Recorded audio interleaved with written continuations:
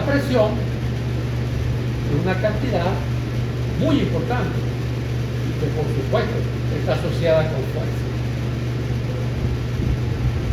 Entonces, a manera de conclusión, podemos hacer una pequeña prueba de esta afirmación, mirando cómo es posible establecer significado físico a los parámetros. Vamos a hacerlo con el reino y les voy a echar la historia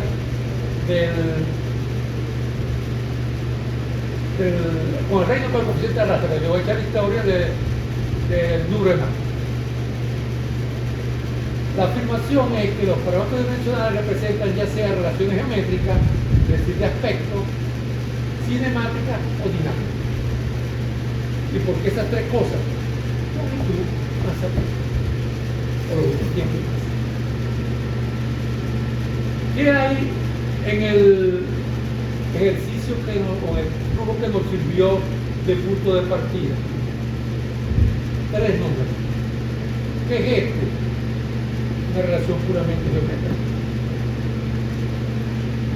Que sobre todo vamos a ver que esta es una relación dinámica y que conduce a otra relación dinámica. Reino, aquí está, como apareció en la relación final. Vamos a jugar un poquito. Vamos a poner acá un flujo de masa, densidad por área por velocidad. Pero que lo voy a poner literalmente, lo multipliqué por B y por L, ¿verdad? Aquí es L a la 1, aquí es L cuadrado. Aquí es B a la 1 y aquí está B cuadrado. Pero si multiplicaste por B y por L, hazlo lo mismo aquí.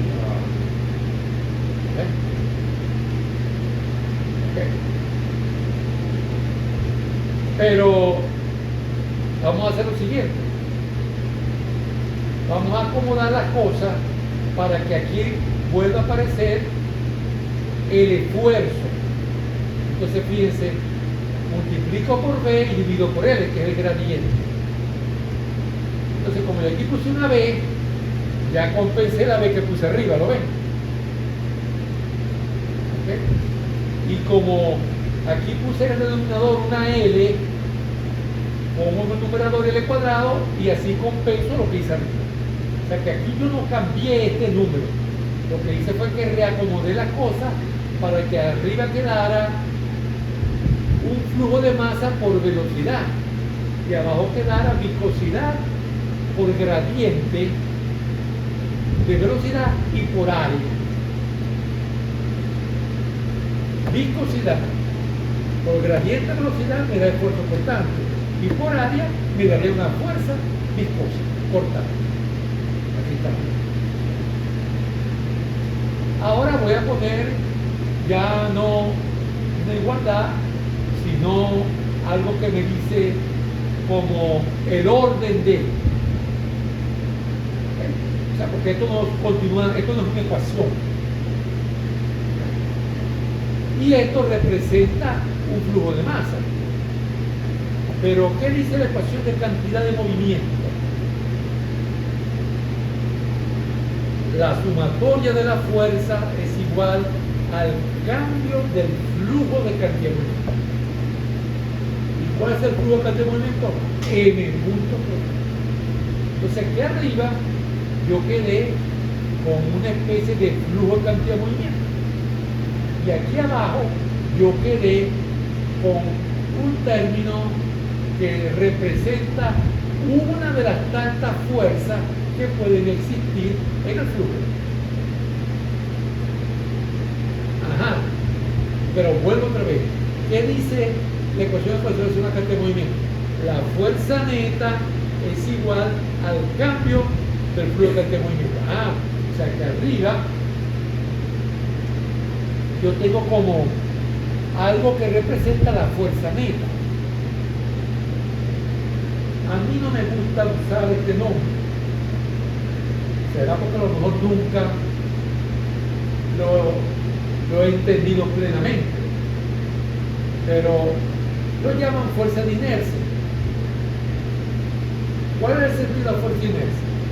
Si yo tengo fuerza neta es igual a m por a, igual a yo no sé cuánto, digamos a 10. Eso significaría que si yo le aplicara una fuerza de menos 10, la fuerza neta pasaría a ser 0, ¿cierto?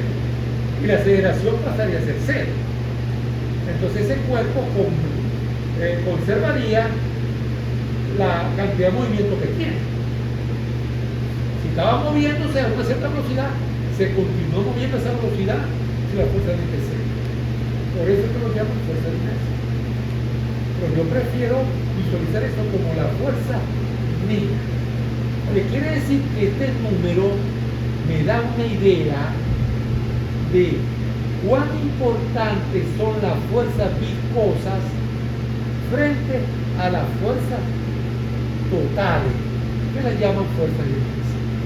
Por eso, cuando el número de Reynolds en un flujo se incrementa, eso significa que las fuerzas viscosas pierden importancia.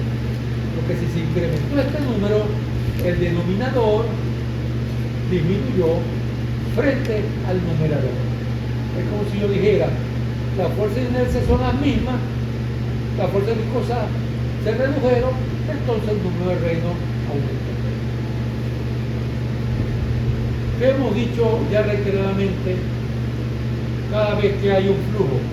Que si el Reynolds aumenta, va de laminar a tubular. O sea que en un flujo laminar, las fuerzas reinantes son las viscosas. Por eso es que eso está ordenado. Pero en un flujo turbulento, el fenómeno de turbulencia es dominante. No fue que dejó de ser viscoso el flujo, no. Sino que ahora la fuerza viscosa es un protagonista más. Y que hay un fenómeno predominante, que es el desorden propio de la turbulencia, una especie de inestabilidad. Bueno, el coeficiente de arrastre sí es más directo. Abajo yo tengo esta cantidad. Bueno, si yo pongo esta área aquí adentro y saco una de afuera, me queda m punto por velocidad. Eso representa, es del mismo orden que la fuerza de inercia. Entonces lo que me está diciendo es que de las tantas fuerzas que se pueden identificar producto del flujo, la fuerza de arrastre tiene una importancia que se puede cuantificar a través de ese coeficiente. ¿Qué otro tipo de fuerza, pensando en el problema de la esfera, puede darse? Bueno, para una esfera no hay una sustentación apreciable. Hagan memoria, hemos hablado de que la fuerza del arrastre es la fuerza entre la corriente y el objeto alrededor del cual pasa en la dirección principal del flujo. Pero que en la dirección transversal a esa principal también puede existir una fuerza. Y eso es lo que mantiene un avión en el aire. Alrededor del perfil aerodinámico hay un flujo externo, obviamente. Ese perfil presenta una resistencia, pero sobre el perfil, producto que en la superficie de arriba, en la superficie de abajo del perfil, no hay la misma presión, sobre el perfil hay una fuerza normal. Esa es la sustentación. Entonces yo pudiese también hacer eso mismo que hice para la sustentación. Claro, una esfera no tiene sustentación inicial, pero un perfil sí tiene también. Y ¿qué es lo que se busca con un buen perfil para, por ejemplo, un avión? Que la relación entre el coeficiente de sustentación y el coeficiente de arrastre sea lo más alta posible. Es decir, mucha sustentación y el menor arrastre. Entonces, por eso, cuando se estudia un perfil aerodinámico, eso es lo que hay que mirar, la sustentación de la avión. Les dije que para números que no nos son tan importantes como el número de Mach, simplemente iba a decirles, el número de Mach también establece una relación entre fuerza de inercia y lo que llaman las fuerzas elásticas. Esa capacidad que tiene un fluido de regresar fácilmente a su volumen inicial. O sea, si yo tengo un líquido, me va a costar mucho cambiar su volumen. Y si yo lo llegara a cambiar, él inmediatamente, si se dan las condiciones, regresa a su volumen original. Ahí las fuerzas elásticas son mínimas. Máximo que se dice. En cambio, en un gas ocurre todo lo contrario. O sea, yo cambio fácilmente eso. Entonces, en un gas, el número de Mach grande significará que la compresibilidad es apreciable. En un líquido incompresible, el número de Mach usualmente es menor que 0.3, y eso es sinónimo de que su compresibilidad es muy baja, muy pobre. Okay.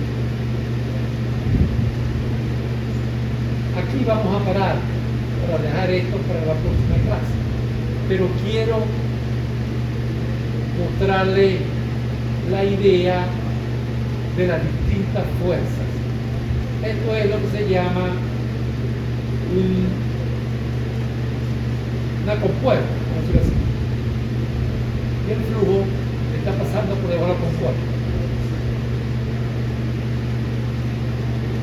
Si nosotros miramos una partícula fluida aquí, esa partícula está bajo la acción de distintas fuerzas.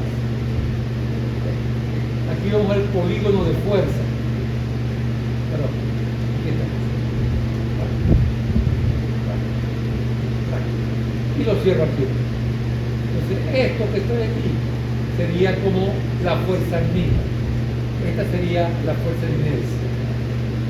Aquí tengo fuerza debido a la presión, aquí tengo fuerza debido a la gravedad, y aquí tengo fuerza debido a la viscosidad oponiéndose al movimiento. Entonces, un análisis dimensional genera parámetros adimensionales de naturaleza dinámica que me dicen cuán importantes son cada uno de estos tres efectos, el de presión, el de gravedad y el de viscosidad, sobre el flujo, comparando esta fuerza con la fuerza agnida. Y eso se manifiesta en números. Este número es el número de Euler, este número es el número de Proust, este número es el número de Drake.